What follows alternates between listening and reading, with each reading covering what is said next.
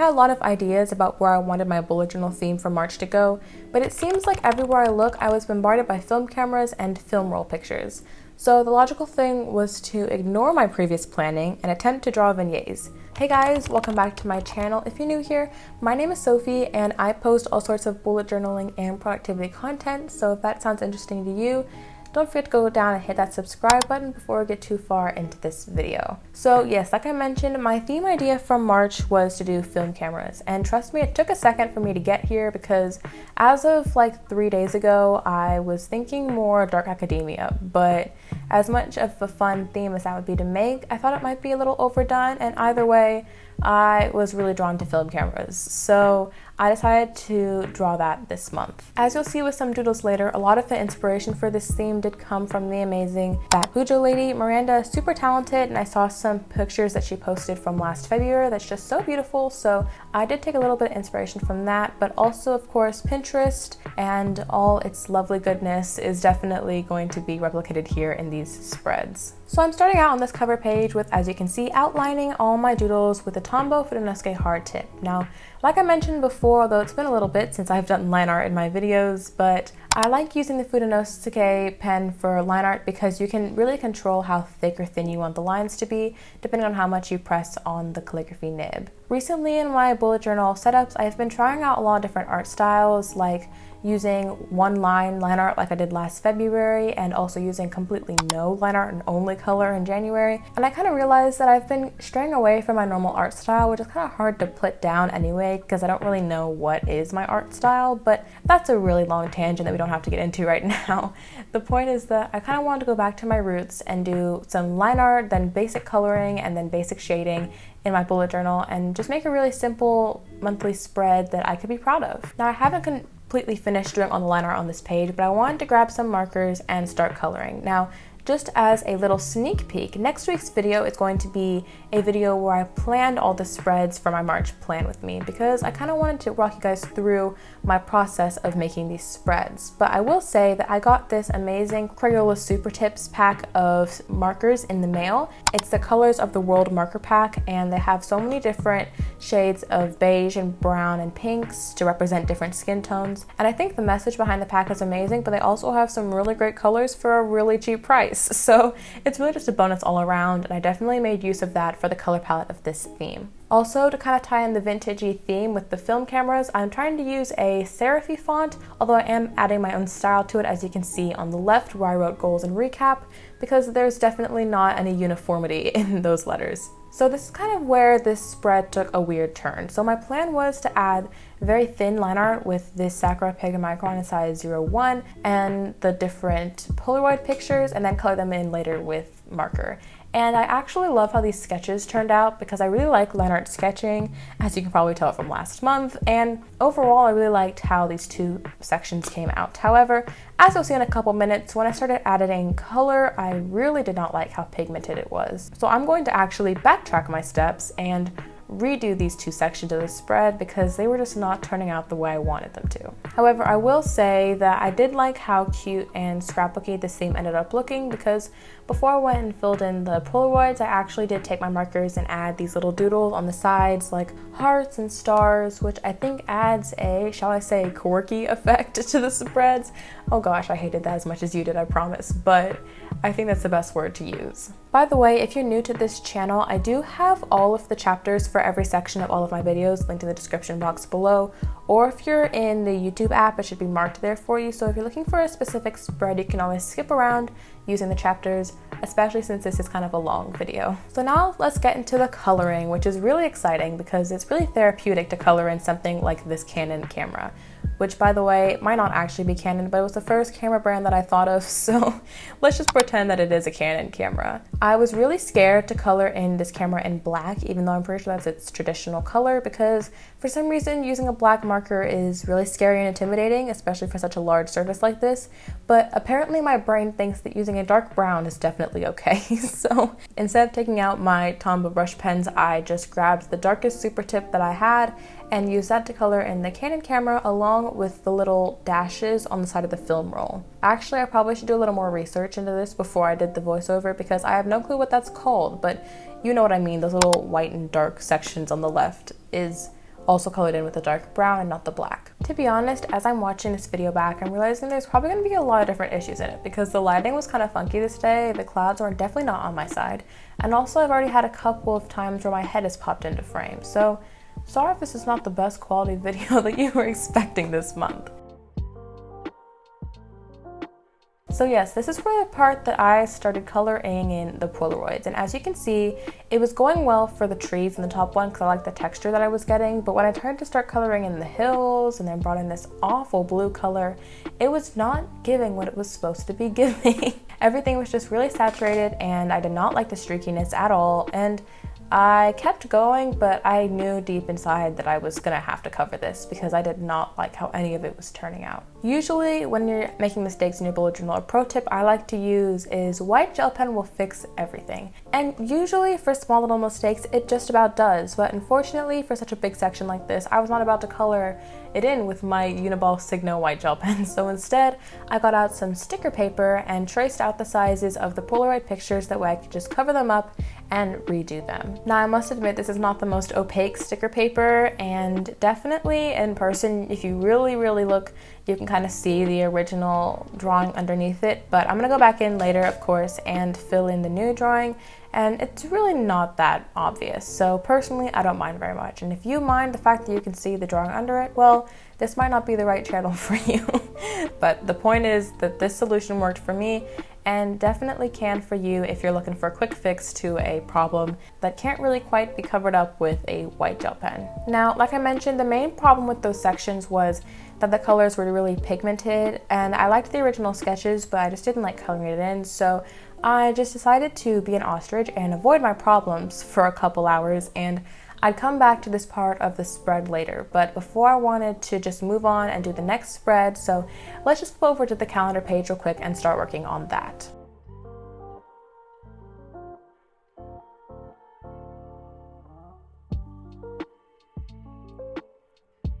So I decided to grab my super tip and really outline this huge film roll that's flying across the corner of the page. And I think this is really cool, and it's just such a huge layout that I'm really not used to doing because usually I have very minimal drawings on calendar pages, but I don't know, it's just really irresistible to draw these film rolls because once you have them sketched out in the right proportions and in the right angles and stuff, it really does look like a film roll. Like, not many things have this type of shape to them, so I actually really enjoyed sketching this part out, and as you can see, I'm doing it in the brown super tip that I mentioned before because I'm scared of using black and would much prefer to use a dark brown. One thing to mention though is, this is kind of weird, but I've noticed that, for example, Crayola super tips, their black really isn't a true black. It's more like a very dark green.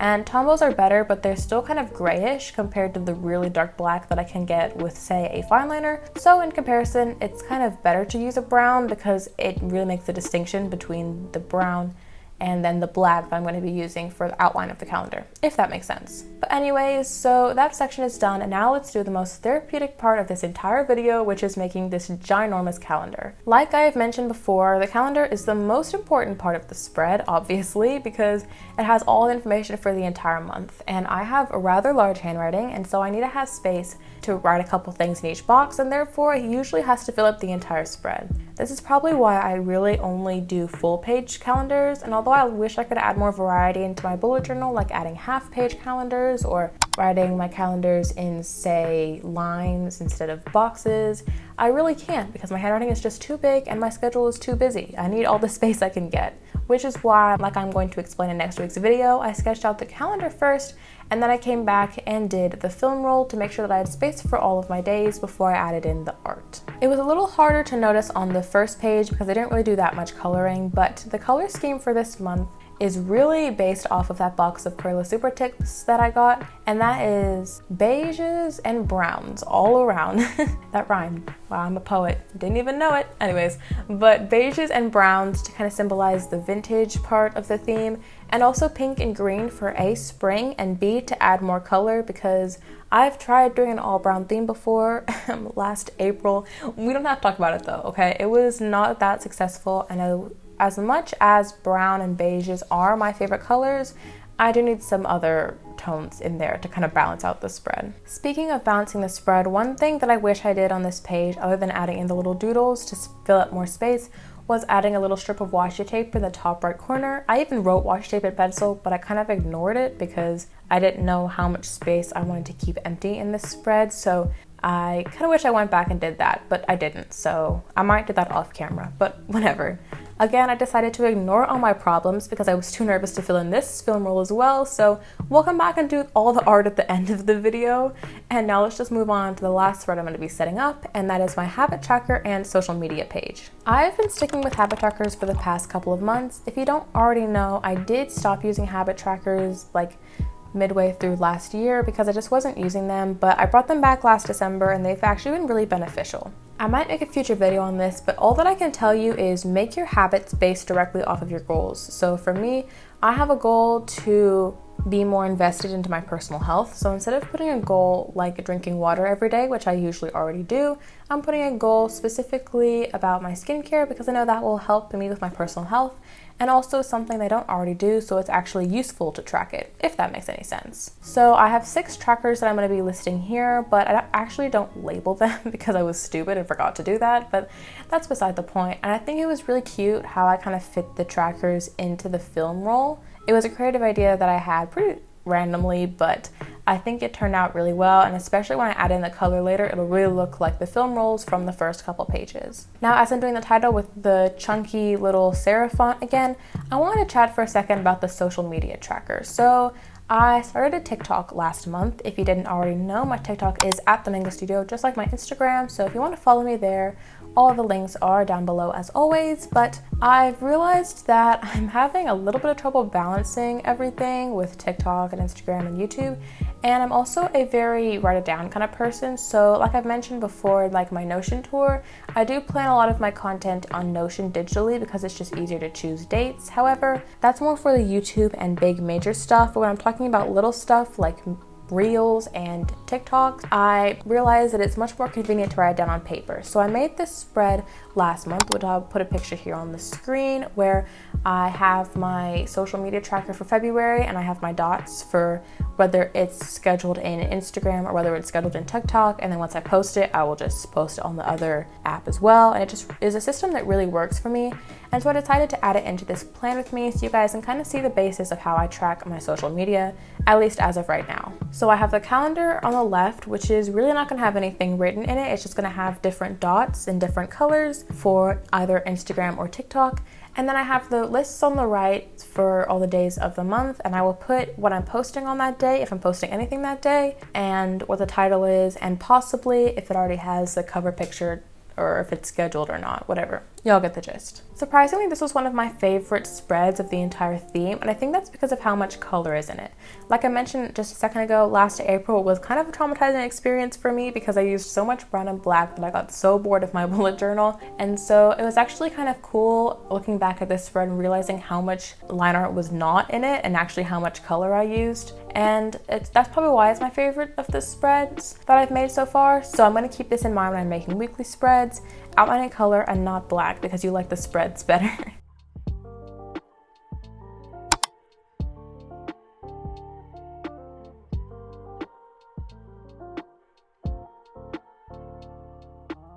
Okay, so now it's time to face my fears, well, kind of, because I'm gonna go back and add some basic color into film rolls. So one thing I was thinking about was adding different actual pictures in each of these tiny boxes, but I didn't really want to do that because A, that's a lot of work, and B, that's a lot of work. So as you can see, I'm kind of lazy, but didn't want to do that. So instead, I just took my markers and did some basic scribbling on the cover page, and then I flipped it over to the calendar page and kind of did the same thing in larger chunks. Well, first I'm adding this drop shadow because I felt like it needed more color. Just like I said, I wanted more color in my spreads because I liked the last page better and I had a lot more color in it. So I'm learning from myself, guys, I promise. But after that, I did grab my markers again and just add basic scribbles in the boxes. Now, here's what I can recommend for you. In my very limited experience, what I think vintage photos look like on Pinterest are they have a lot of trees, they have a lot of tan buildings, and they have a lot of tan people. So just add some green scribbles for foliage and add some tan/pinky blocks, maybe a cloud somewhere in there, and you'll have some vintage film roll. At least that's what I'm thinking. This particular reel turned out to not be my favorite of the 3 that I've made. I think the best one that I did was on the cover page, that little small one in the corner, simply because it didn't have to be as detailed, and also I think I preferred it when I had the black outline than the brown outline, but that's just something I can learn for myself when I'm making the weekly spreads. I also decided to take a dark tan and add some shadows to add some more depth to the drawing. Again, I'm trying to go back to my roots and use my old art style by adding shadows to everything. And then as I'm filling in this last little bit on the social media tracker, I did want to mention that when I fill in my habit trackers, I'm just going to be coloring in the box the same color that was the outline. So if it's a tan outline box, then the days that I do that habit will be colored in with tan. And hopefully if I do an entire month of one habit, then the entire box will be in tan and will look like one of the little pictures that I did in the film rolls on a cover page, because that entire section is outlined by the black and white dot section. Does that make any sense? I really hope it does. You know, I don't know why I'm qualified to do YouTube like this, because my voiceovers, when I listen back on them, sometimes make absolutely no sense. But definitely comment down below any questions you have, because I'm always answering every comment, and I will answer anything that you have questions about. Okay, so I finally got back to the cover page and decided to draw these stupid pictures. So basically, I just decided to scrap the liner idea because that made things too defined, and I wanted things to be kind of blurry and vintagey anyway. So I just scrapped the liner idea and instead went straight in with marker and basically just made the same general shapes that I was on the calendar page, except also making them so that they looked like an actual picture. For example, the girl walking on the wall in the bottom one, and the very vague Eiffel Tower in the top one. And I very much liked how these looked, but I still felt that they weren't vintagey enough, and I realized why, because they were missing the vignette. If you don't know, the vignette is basically what makes film cameras iconic, because they have the dark little ring around the edges, and I just think this is so cool. And so I took my colored pencil, and which, by the way, in a couple of videos ago I mentioned that I would never use my bullet journal, and here we are using them, but they're for a very specific purpose, okay? So technically I am keeping my word, but I just took my colored pencil and colored around each of the little boxes to give them a miniature vignette. And it may not look too distinct on camera, but I promise it's much more visible in real life, and I really think this is what makes the pictures pop and give them that vintagey look that they were kind of missing before. I say as I'm really just coloring colored pencil over blobs of pink and brown, but I promise, okay, it matches what happened in my head. So don't you dare come for me.